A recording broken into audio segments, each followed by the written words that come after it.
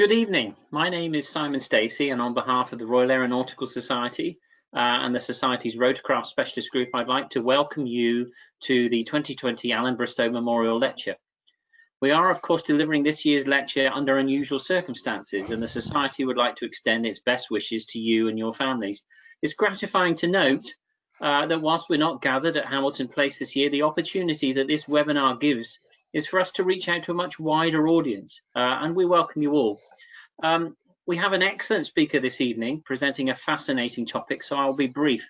Before tonight's speaker, I must run through some housekeeping announcements. Today's webinar is being videoed and audio recorded. These files will be shared with all attendees 3 days after the webinar through an email and can be accessed free of charge. All attendees will also receive a certificate of attendance along with the video. This is important for those of us who are worrying about continuous professional development. If nothing more, you can add it to your lockdown scrapbook.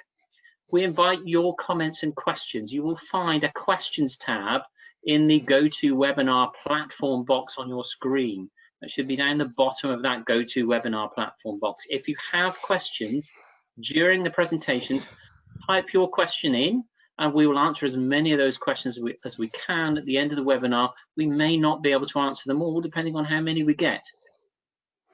All attendees are muted during the proceedings. So again, if you wish to ask questions, go via that questions tab in the GoToWebinar platform box.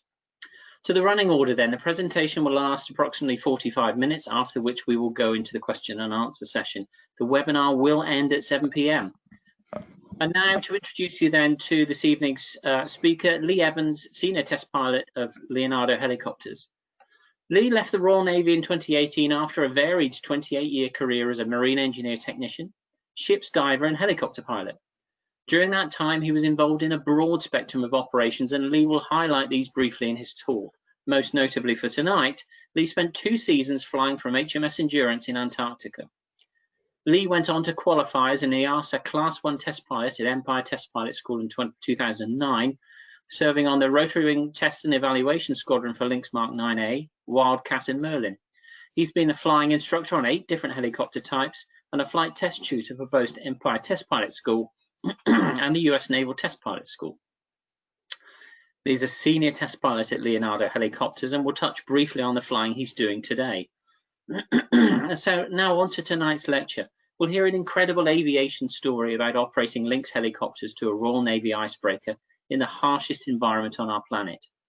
Using incredible video footage and photographs from his time as Fleet Air Arm pilot on board HMS Endurance, Lee will highlight the challenges of operating helicopters in Antarctica in the harshest environment on Earth. He will talk about the history of Antarctic helicopter aviation and how shipborne helicopters from HMS Endurance provided essential support for several branches of UK government. He will also talk about what it was like to be filming pilot for the BBC natural history blockbuster Planet Earth, and how the crews had to overcome unpredictable winds, snow, ice, mountains, wildlife, icebergs and rough seas on a daily basis. On that, I shall hand you over to Lee. Lee, it's over to you. Okay, thank you, Simon, for that kind introduction. Good evening, the Royal Aeronautical Society members and all those of you who have tuned in from around the UK and further afield. It's a great honour to be able to give this lecture on Lynx operations in Antarctica, and especially as it's the Sir Alan Bristow named lecture. He was an amazing pioneer of the helicopter world and aviation world, and I'm currently in the middle of reading his book at the moment, and it's really worth reading. Especially, he joined the Navy at 16, just like I did, although he was sunk on his first 2 ships during World War II. He was the first ever helicopter at Westlands test pilot, working under Harold Penrose. Very different times though. 3 of his colleagues were killed in the first few years that he was a test pilot there. And he even had 6 engine failures in one day, 4 of them resulting in engine off landings into a field somewhere in Somerset. Hopefully that's not going to happen to me. And he also got sacked after a couple of years of working there for punching a sales manager in the face. And then went on to obviously be very successful in a business and political career. So I recommend this book highly. Moving on to, like Simon said, I was 28 years in the Navy. Currently, have a great job as a Leonardo test pilot working on Lynx programs. If you can see my mouse, I'm going to use my mouse a lot. So you'll see my mouse moving as a lockdown pointer. So Super Lynx programs on civilian Merlin programs, including the Norwegian search and rescue helicopter, Merlin programs for the military, and Wildcat helicopter programs, including firing of weapons. And I was lucky enough to be one of the first pilots to fire the Royal Navy's newest missile last week, the Martlet LMM missile. Before that, I was an instructor at US Navy Test Pilot School at Pax River in Southern Maryland, teaching primarily on the Lakota aircraft in the top left there and the Black Hawk, but I was very lucky enough to get to fly lots of aircraft that the Americans have in their inventory, including the F-18, the Sea Stallion, the Cobra, and the V-22 Osprey. I did my test pilot course in 2009, then did 4 years as a test pilot in the military, working on the Lynx 9 Alpha for going for Afghanistan. Merlin programs for the Merlin Mark II upgrade program, and Wildcat programs, including quite a lot of time back at sea doing dynamic interface and ship helicopter operating testing. Before that, I was an instructor flying the Lynx Mark 8 and Mark III, and this is leading on to basically a lot of my time at sea was in very hot places, operating in the northern Arabian Gulf off the coast of Kuwait, Iraq, and Iran in 2003 and 2004, basically against the sort of asymmetric and pirate threats, looking after the oil for the Food for Oil program. So very hot and humid conditions.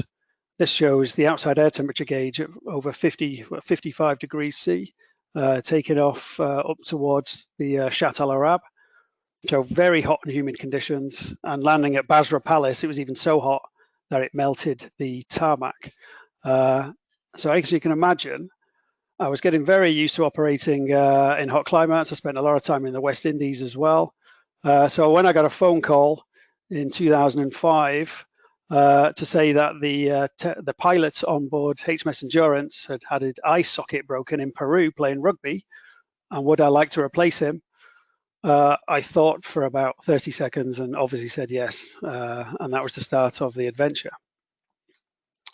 So all of a sudden, I'd come from these very hot conditions to then operating in the coldest, windiest, driest, most harsh place on Earth. You know, Antarctica is absolutely huge. Most of it's a desert. Is this bit here up at 10,000 feet. And a lot of the operations I'm going to be talking about are here in the Antarctic Peninsula area and the Weddell Sea. Just to show the scale of the place, this is the whole of Europe fitted into Antarctica, and you can see that the whole of the UK is just about as big as this Antarctic Peninsula, and the whole of the USA fits easily inside of it.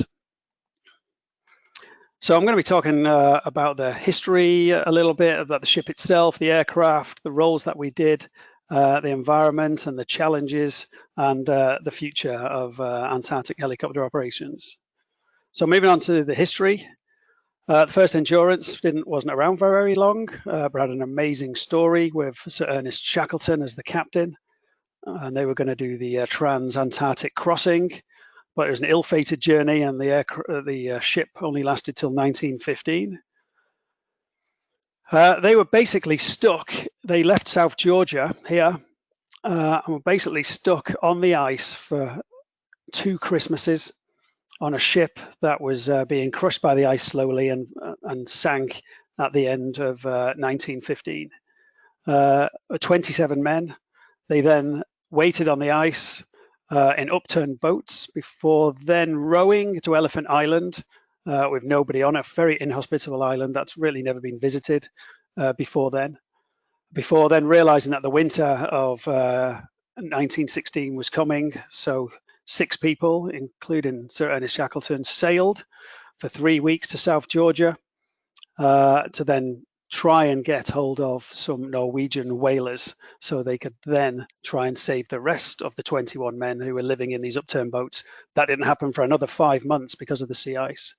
So in all, they were there for pretty much 2 years. Nobody died. An amazing story of adventure and leadership that is definitely recommended book to read.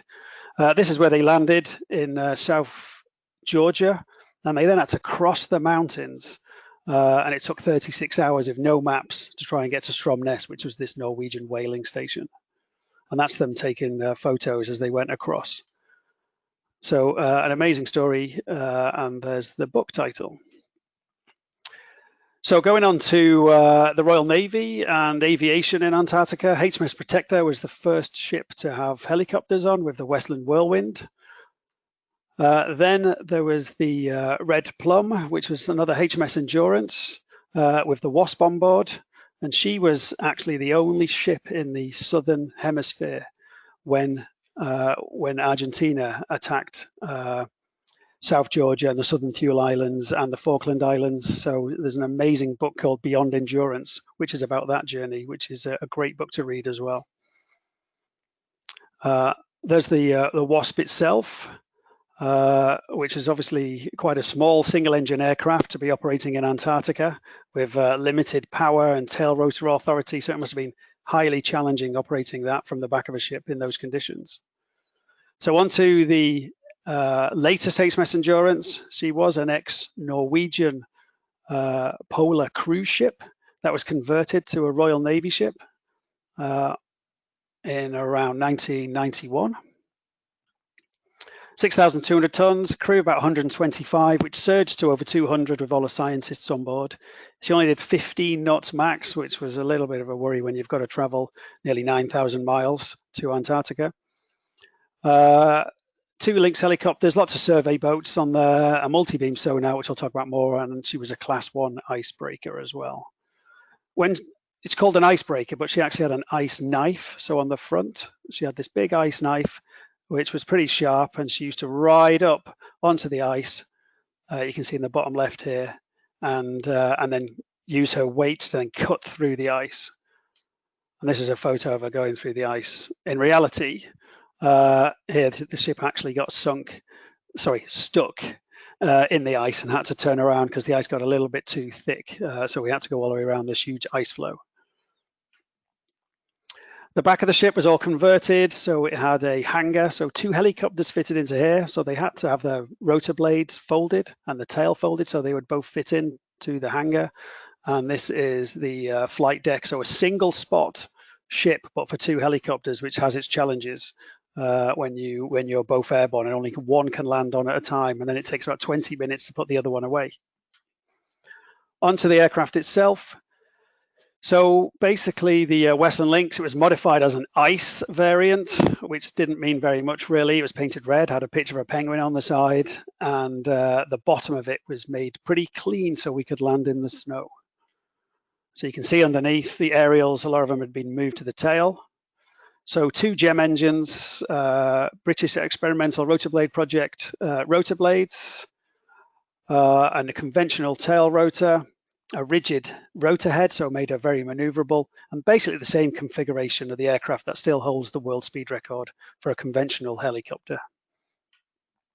And you can see why here that the aircraft had to have the aerials removed from the bottom of the helicopter.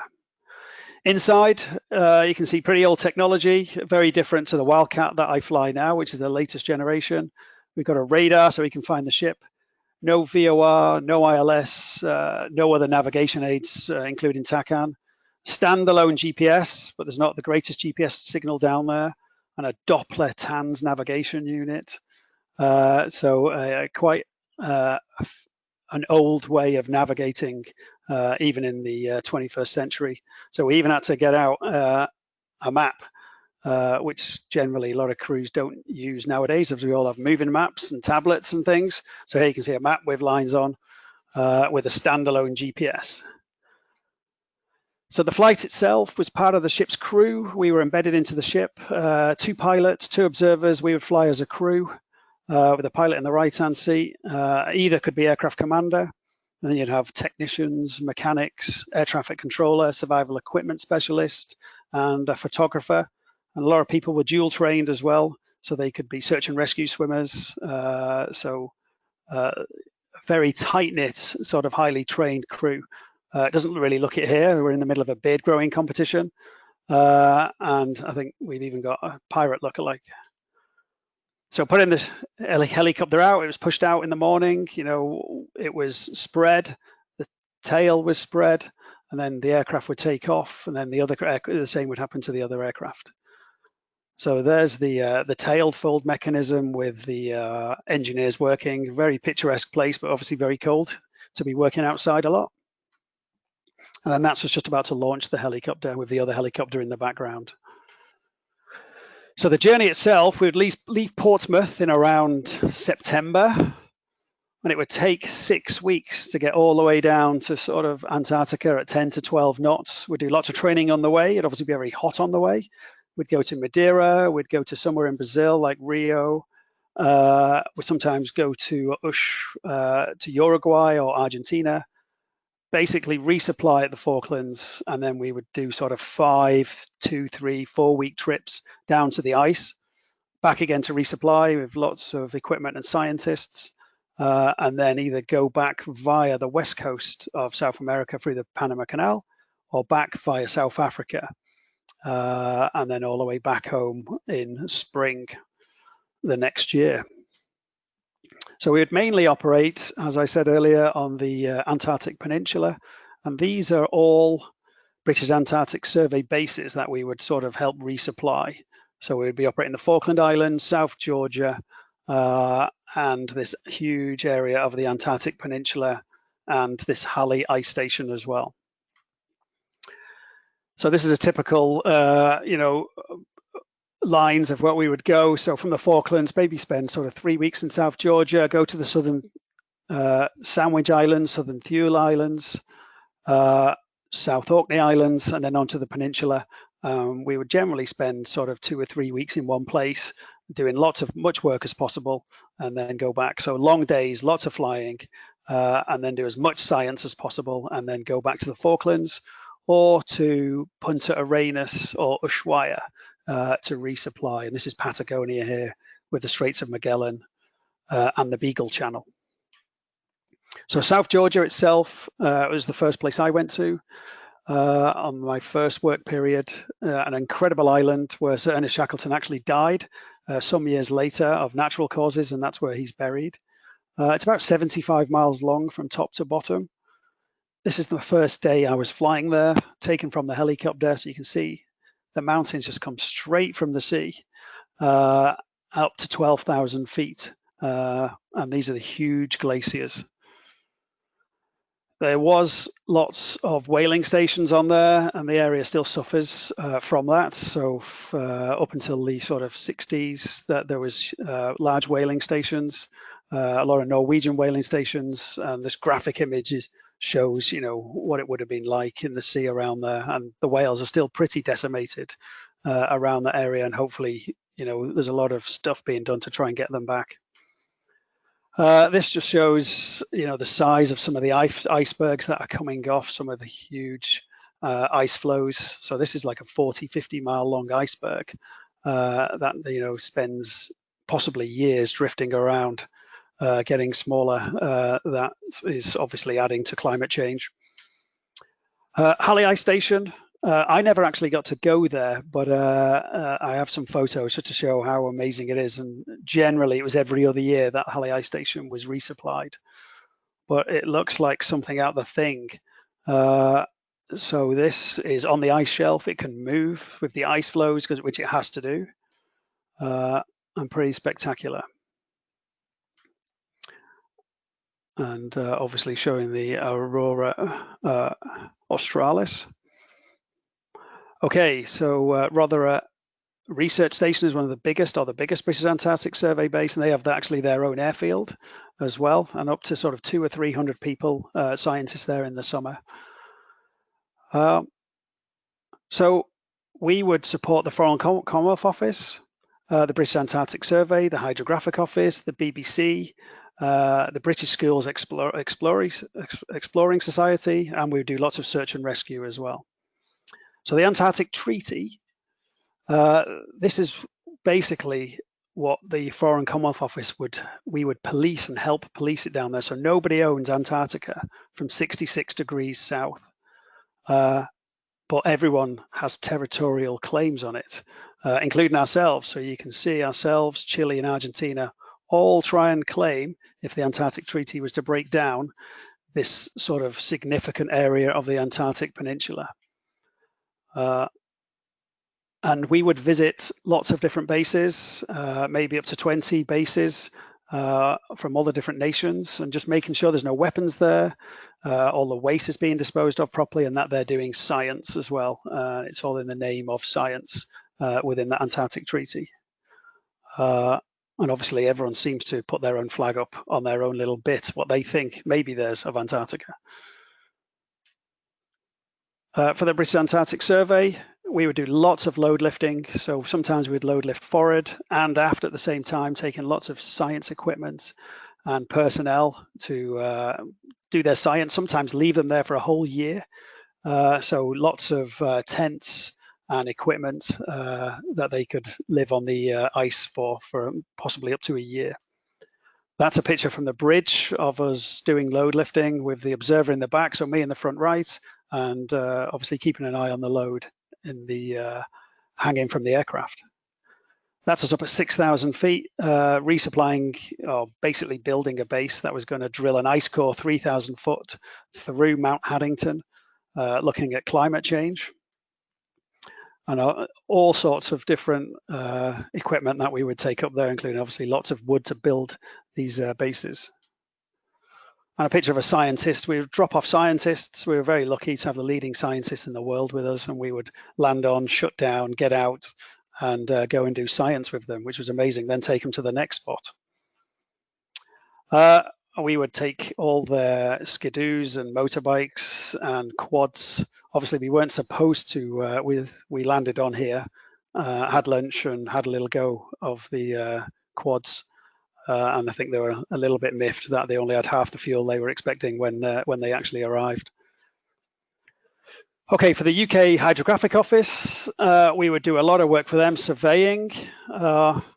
We would have a multi-beam sonar on the ship itself, which was a very modern one that produced incredible images, and it obviously depended on the depth of the sea as to the width of the swath that could be recorded. And the ship would sort of drive a GPS trace up and down, and basically take an image of the seabed below. And here you can see an underwater volcano, which they found. So find something and then take a lot of images over the top of it and then continue on. We would do aerial photography as well. We had specialist Leica and Zeiss cameras fitted to the side of the aircraft. This would produce overlapping images that would produce a stereographic image, which was a 3D image. We'd have to go up to 10,000 feet and take these photos along coastlines to give a very accurate image, and we could even do wildlife surveys with it. So that's us up at 10,000 feet taking images over the Falkland Islands. We would also drop off 3D differential GPS geodetic teams, 3 or 4 different places, tops of mountains. We would conduct photography. The boats would go out with divers and do tidal data. The ship would be taking its images from its multi-beam sonar. That would all be put together to put an incredibly accurate image together. But why bother surveying down there? A lot of people think it's pretty isolated, and it is. But there are a lot of cruise ships going down there now. So you can see that this is Deception Island, an incredible island, a caldera. It's got geothermal pools in that everyone wants to go and swim in. But it's very dangerous. This is actually us flying towards Deception Island. You see there's a very small gap called Neptune's Bellows through here. And when we were there, there was ships that hit rocks as they went through and took on water. So we would provide search and rescue for them. So that was a vital role, and a vital role by the Hydrographic Office providing these maps. And we would basically draw a motorway all the way around all the areas where the cruise ships wanted to go, so they could all keep away from each other. So they pretended they were in splendid isolation. And we would basically make a motorway of a safe passage. This just shows a little video that shows how dangerous it is and what's lurking underneath the water.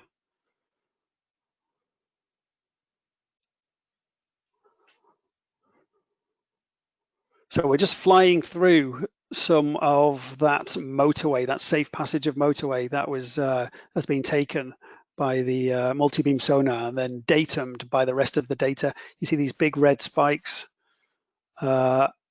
which are obviously very close to the surface. That would be very dangerous, and which they may not be able to see or may not be charted. And then you'll see where the edge of the glaciers are, where it gets very deep and smooth underneath as well.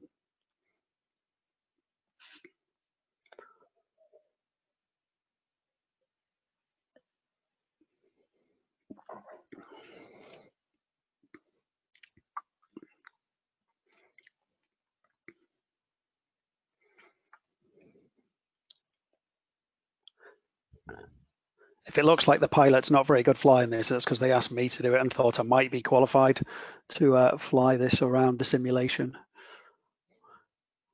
And here you can see the really smooth bottom of the glacier.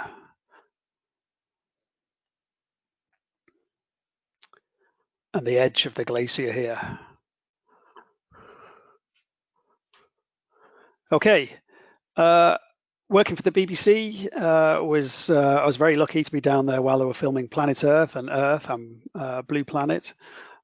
We had one of the first ever gyro stabilized cameras fitted to the side of the aircraft, and that was fitted by a company called Wildcat Films, and they had an amazing cameraman who come down and operated the camera, and a BBC producer, and we were lucky enough to go off and get to film all the footage for Planet Earth. And we also got to film each other a lot as well, which was great because Wildcat Films kindly put a video. Okay, so icing was obviously a huge problem. So we would have rime ice on the aircraft. It increases the weight of the aircraft, vibration of the aircraft. So it would be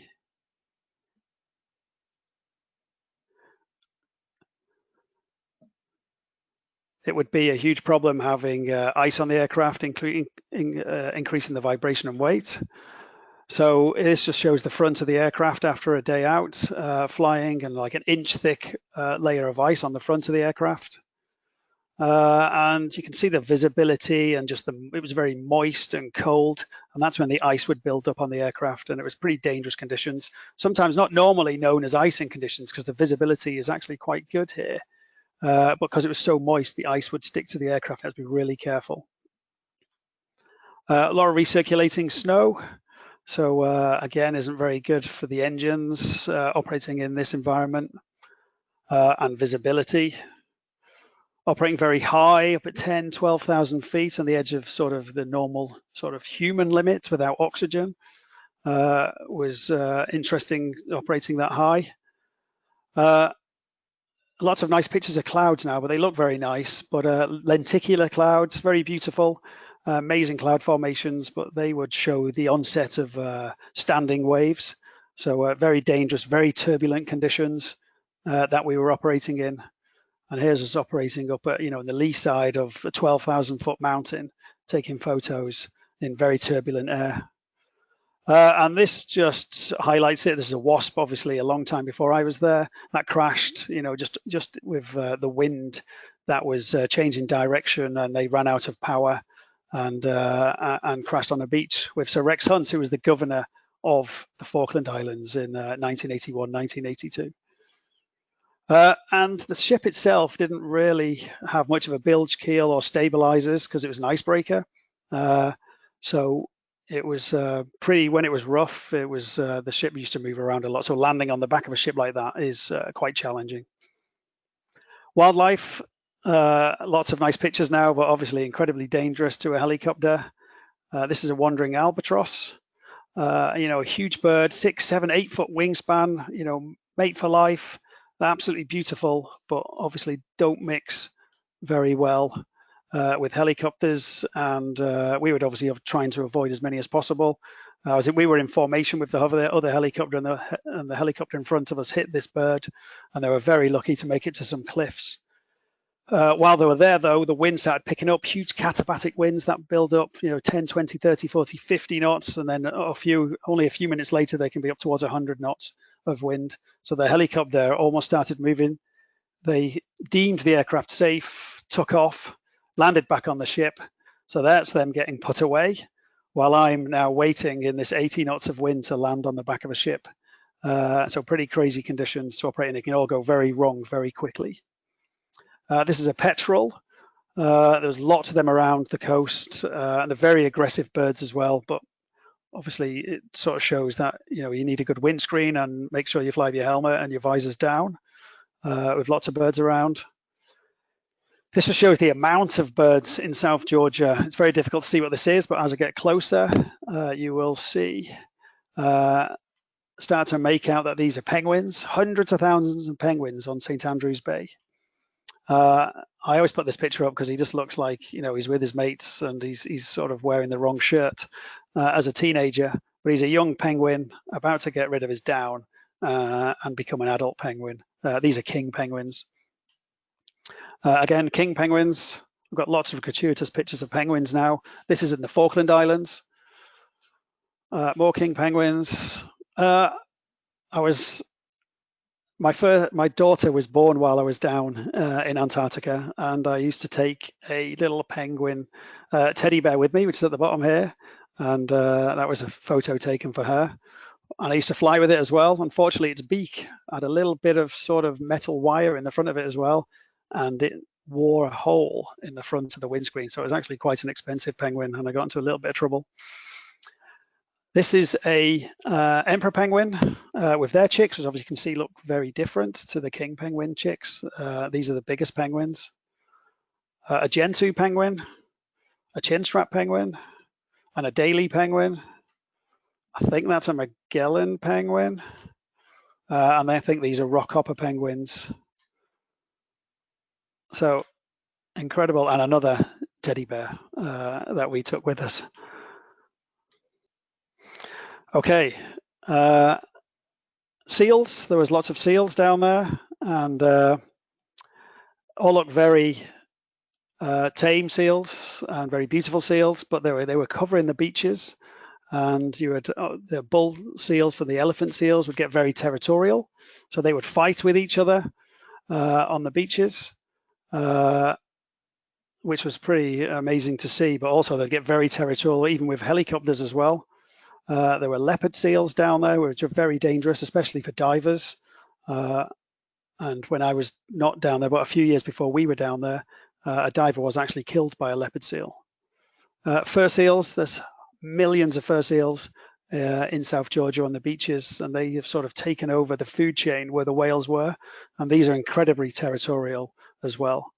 And when we try and land on, they'd actually, we'd try and land on a beach, and they would actually be biting the tires of the helicopter, all while there's birds, huge birds with 6-foot wingspan flying around, so very challenging conditions. There's obviously no polar bears in the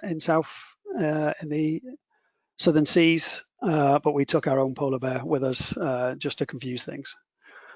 Killer whales, humpback whales. We were lucky enough to be the first people to sort of film the humpback whales doing bubble net feeding, which was shown on Planet Earth. This is them fluking here. One of the big dangers was disorientation. So it was very challenging flying over the sea, especially when there's a high pressure and very low winds. So we had to be really careful with disorientation. And this picture was taken while I was down there. It was even difficult to see which way around it should be. Very still seas, whiteout conditions. And this is a photo taken 35 seconds before an incident that I'm about to show you, but very difficult to see which horizon to follow.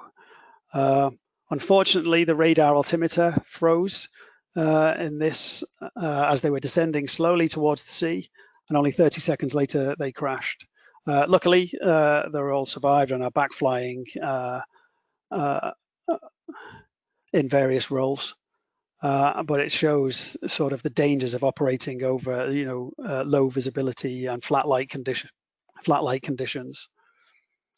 And luckily we had lots of scientists on board. This happened a few years before I was on board, but they were able to use their 3D differential GPS and plot every single bit of debris for the accident investigation. And then basically this happened at Halley Ice Station here. So they had to get back to a hospital in South America. It took 3 days to come from Rothera on small planes to Halley and back again up to a base here, C-130 to South America to Patagonia, and then a plane all the way up to Santiago. So 3 days to get the injured back, but luckily they're all fine now. Flying wasn't just whiteout, we'd have brownout conditions as well. It is a desert. This is landing on an area of incredible fossils with lots of ammonites that were all being studied, looking at the KT boundary and when the dinosaurs died. So lots of ammonites that I was lucky enough to be able to collect. And just pictures of landing on some crazy places. So the tops of mountains in the snow, icebergs, edge of a lake, so it was the only safe place to put the tail rotor, the top of a 3,000 foot sort of flat outcrop on a mountain. Obviously the safest way was to dive off it. And then landing in the snow, which was really difficult and challenging and had lots of dangers, especially for other people around the aircraft. You can see how close the tail rotor would get. And people had to be really careful about standing up and be as safe as possible around the aircraft. You can see here, this is a tall observer because he's got out, and the snow, we haven't gone into the snow yet.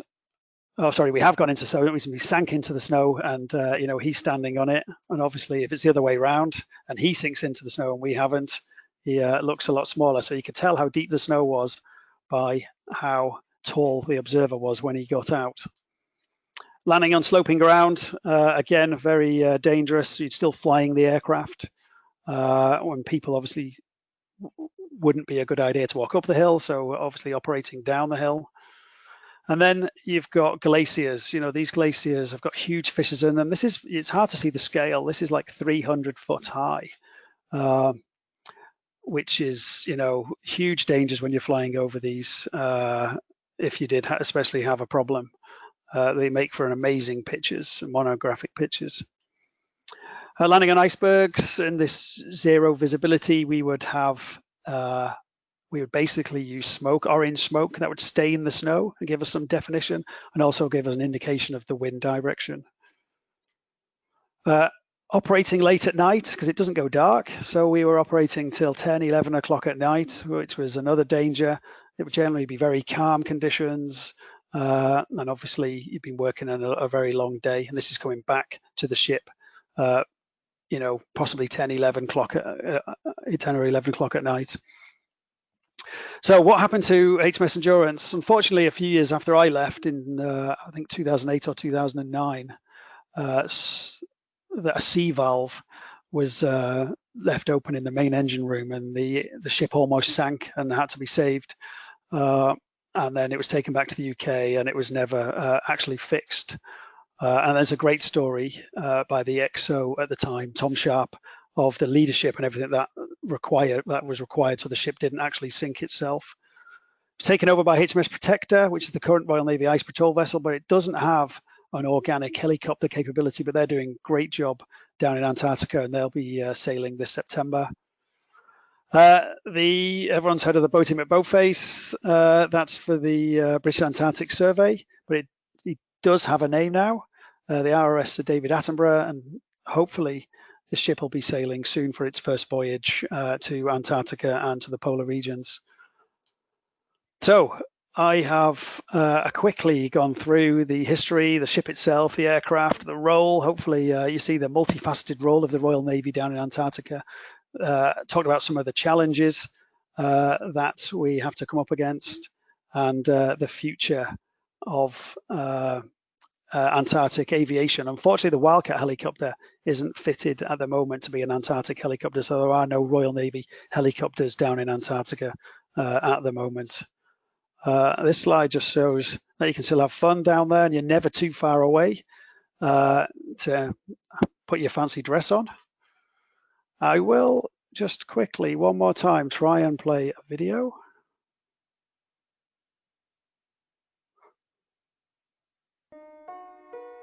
Okay, so you will just have to make your screens a little bit bigger.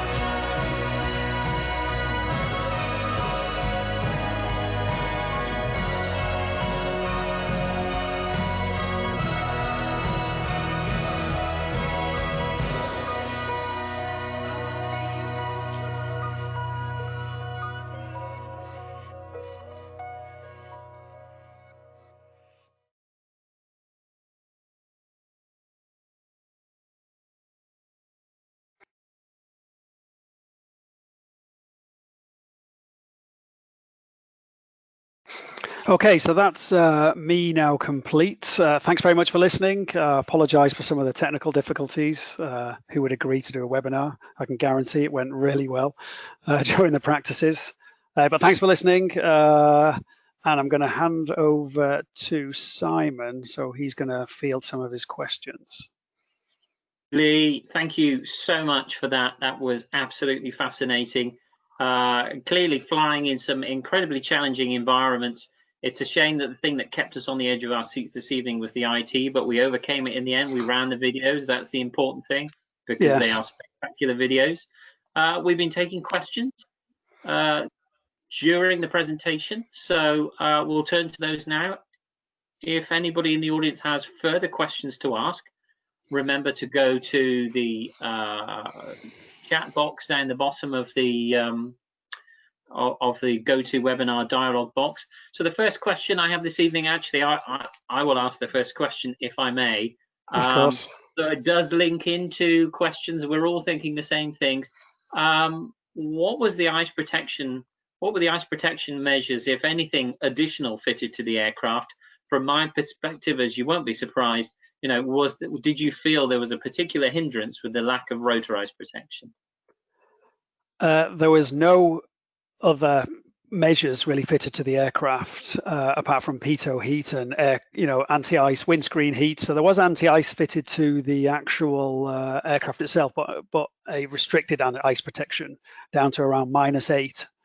Not a full ice protection system, so with no heated rotor blades, no heated tail rotor blades, just protection for the engines, heater mats, air, and pitot heat. So that did restrict us, especially if we wanted to go IMC. But obviously going IMC was particularly tricky there with the mountains. We only had our radar to be able to sort of find ourselves around on the ship's radar. And unfortunately, when you're looking for ships, and there's 1,000 ships out there, because 999 of them are painted white and are icebergs, and there's one of them that's red. So it was we had some pretty hairy times finding the ship when we did go IMC out there as well. But yes, better icing, and the more modern icing system I've now seen on the Merlin would be a fantastic facility to take down to Antarctica. Brilliant, brilliant. A general question I'm sure everybody is thinking is what was the most difficult part of those trips for you? Obviously, being away from home, I think it's a great time to thank my wife, Andrea, and kids, because I'd spent a hell of a long time away, and then all of a sudden I was in Antarctica. Fern, my first daughter, was born. I was luckily flown home for that a couple of weeks, but then I missed the next 5 months of her life. So yeah, it was difficult being away from home. And then just staying safe whilst flying with no real rules and regulations that are down there, no air traffic control really, apart from on the ship, radio communications. So, just staying inside your box, staying safe every day, and doing a lot of planning as well. Yeah, I think, obviously 9 months away is a long time as well, doing that twice, especially after spending a lot of time away in hotter conditions. Indeed. Now, you mentioned the hotter conditions at the start, and a lot of people have been asking what you find are the more challenging conditions to fly the aircraft in, those Gulf conditions you mentioned at the start, or the Antarctica? Oh, the Gulf conditions, the hot heat and the higher density altitude, it's obviously a double negative for the engines and the rotors. They're all working harder. So the aircraft is at its limit in the hotter conditions, whether you're landing on the back of a ship or operating, over land. The aircraft likes being in those colder conditions better, so there's a lot more power from the aircraft, but then you're in the conditions of the weather, changing, and the turbulence and the katabatic winds and the icebergs and the wildlife. So I'd say it's pretty even, but for very different, very, very, very different reasons. And the aircraft didn't have any extra heating system.